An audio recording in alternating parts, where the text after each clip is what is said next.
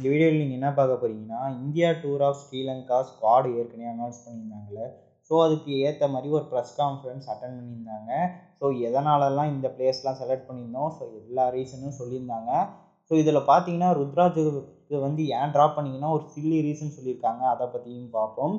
So அப்புறம் பார்த்தீங்கன்னா யார் இந்த சீரீஸ்லாம் உங்களுக்கு பவுலிங் கோச்சாக இருக்க போகிறான்னு பார்த்தீங்கன்னா, மார்னிங் மக்கள் இருக்க மாட்டார், சாய்ராஜுங்கிறவர் தான் பவுலிங் கோச்சாக இருக்க, ஒரு டெம்பரவரி பவுலிங் கோச்சாக. ஸோ அதுக்கப்புறம் வந்து மாற்றுவாங்கன்னு தான் சொல்லிட்டு இருக்காங்க. ஸோ இப்போ வாங்க ப்ரெஸ் கான்ஃபரன்ஸில் என்னென்னு வச்சு பார்ப்போம். ஃபஸ்ட் எடுத்தோடனே ரோஹித் மற்றும் விராட் கோலி வந்து எவ்வளோ இது வந்து விளாடுவாங்க, சாம்பியன்ஸ் ட்ரோஃபியோட ரிட்டையர் ஆகிடுவாங்களா அப்படின்னு கேட்ட கொஷினுக்கு அதுக்கு ஆன்சர் பண்ணியிருக்காங்க. இப்போ அவங்க வந்து ஃபுல்லி ஃபிட்டாக இருந்தால் 2027 வேர்ல்ட் கப் கூட, ஓடிஐ வேர்ல்ட் கப் கூட விளாட சான்ஸ்கள் இருக்கும், அது மாதிரி சொல்லியிருக்காங்க. ஸோ விளாண்டா செம்மையாக இருக்கும். எத்தனை பேர் எக்ஸ்பெக்ட் பண்ணிட்டு இருக்கீங்கன்னு மறக்காம கமெண்ட் பண்ணுங்கள். ஸோ அடுத்தது என்னென்னா, இப்போ வந்து இவருக்கும் கம்பீருக்கும் மற்றும் விராட் கோலிக்கு வந்து ரொம்ப எப்போ பார்த்தாலும் அடிச்சுட்டு ஃபைட் பண்ணுற மாதிரி தான் இருக்கும். ஏன்னா ரெண்டு பேரும் ஒரு அக்ரேஷன் இது மாதிரி தான் பார்த்துட்ருப்பாங்க, ஒரு எனிமீஸ் மாதிரி தான் பார்த்துட்ருப்பாங்க. ஸோ இப்போ வந்துட்டு அவர் வந்து நான் வந்து ஓரளவுக்கு எப்படி இருக்குன்னு தெரியும், ரெண்டு பேருக்கும் கரெக்டாக நாங்கள் மெயின்டைன் பண்ணிப்போம், அது மாதிரி சொல்லியிருக்காரு கம்பீர். இது பார்த்தீங்கன்னா பும்ராவை ஏன் ட்ராப் பண்ணியிருக்கீங்கன்னு கேட்டதுக்கு, ஸோ அவர் வந்து ஒரு பிக் மேட்ச் பிளேயர். ஸோ அதிகமாக ஒர்க் லோடு வந்து அவருக்கு கொடுத்துட்ருக்க முடியாது, அதனாலேயே வந்துட்டு பும்ராக்கு இந்த சீரீஸ் ஃபுல்லாக ரெஸ்ட் கொடுத்துட்டாங்க. ஸோ நெக்ஸ்ட் சீரீஸ்லேருந்து அவர் விளாட சான்ஸ்கள் இருக்கும், அது மாதிரி சொல்லிட்டு இருக்காங்க கைஸ். ஸோ நோ ப்ராப்ளம், பும்ராக்கு வந்து ரெஸ்ட் கொடுக்குறது ஒரு இம்பார்ட்டன்ட் இதுதான் சொல்லலாம். ஏன்னா இவர் தான் ஒரு கீ பவுலர் ஃபார் இந்தியான்னு சொல்லலாம். ஸோ அதனால் தாராளமாக ரெஸ்ட் கொடுக்குறது. இது என்னதுன்னா, ஜடேஜாவை ஏன் ட்ராப் பண்ணிங்கன்னு கேட்டிங்கன்னா, அக்ஷர் பட்டேல் இருக்கிற, அக்ஷர் பட்டேலும் லெஃப்ட் ஹேம் ஆல்ரவுண்டர், அதே மாதிரி ஜடேஜாவும் லெஃப்ட் ஹேம் ஆல்ரவுண்டர்னால ஸோ ரெண்டு பேரையும் ட்ரை பண்ண முடியாது, யாரோ ஒருத்தர் தான் ட்ரை பண்ண முடியும் அப்படின்னு சொல்லிட்டு ஸோ ஜடேஜாவை இந்த இதுலேருந்து சீரீஸ்லேருந்து ட்ராப் பண்ணியிருக்காங்க. ஸோ ப்ரிஃபரன்ஸ்க்கும் அவருக்கு வந்து ரெஸ்ட் கொடுக்குற மாதிரியும் சொல்லியிருக்காங்க. ஸோ இதில் பார்த்தீங்கன்னா இங்கே ரியான் பராக்னு ஒருத்தர் வராரு.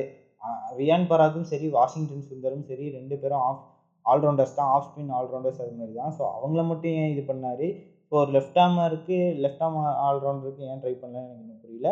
ஸோ மேபி டெஸ்ட்டுக்காக வெயிட் பண்ணிட்டு இருக்காங்க, அது மாதிரி சொல்லிட்டு இருக்காங்க.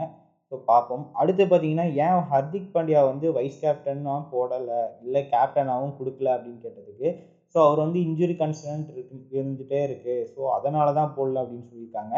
ஸ்கையை கேப்டனாக போட்டதுக்கு முக்கிய ரீசன் என்ன பார்த்தீங்கன்னா, அவர் வந்து இனிமேல் வந்து ஓடியே அந்த இதெல்லாம் ப்ளே பண்ண மாட்டார், ஆல் ஃபார்மேட்லாம் ப்ளே பண்ண மாட்டார், ஒன்லி T20 ஃபார்மேட் மட்டும் ப்ளே பண்ணுறதுனால ஸ்கைக்கு கேப்டன் கொடுத்துருந்தாங்க.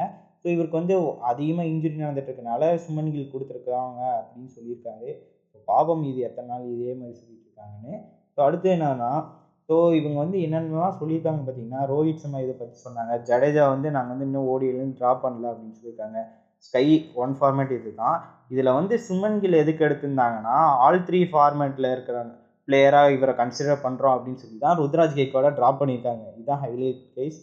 ஸோ ஏன்னா ருத்ராஜ் கெய்க்வாட் வந்து T20 ஃபார்மேட்டுக்கு தான் விளாட முடியும், ஓடிஐ ஃபார்மேட்டுக்கும் டெஸ்ட் ஃபார்மேட்டுக்கும் சான்ஸ் கிடைக்கிறதுக்கு லெஸ்ஸாக தானே இருக்குது.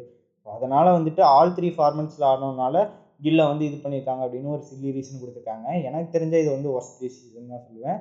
அடுத்து பார்த்தா ஹர்திக் பாண்டியா வந்து ஃபிட்னஸ் கன்சர்ன்ஸ் ஆனாலன்னா கேப்டன்சி இது இல்லைன்னு சொல்லியிருக்காங்க. அடுத்து பார்த்தா முகமது ஷமி வந்து பங்களாதேஷ் சீரீஸில் வந்து ரிட்டர்ன்ஸ் கொடுத்துருவாங்க அப்படின்னு சொல்லியிருக்காங்க. ஸோ இது வந்து செம்ம happy news for Indian fans தான் சொல்லுவோம்.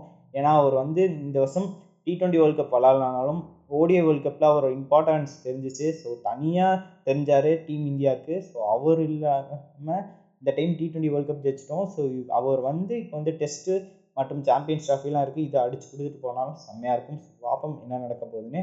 ஸோ அவ்வளோதாங்க கைஸ், இந்த வீடியோ பிடிச்சிருந்தா உங்கள் ஃப்ரெண்ட்ஸ் அண்ட் ஃபேமிலிக்கு ஷேர் பண்ணுங்கள். ஸோ மிச்ச வீடியோவில் தான்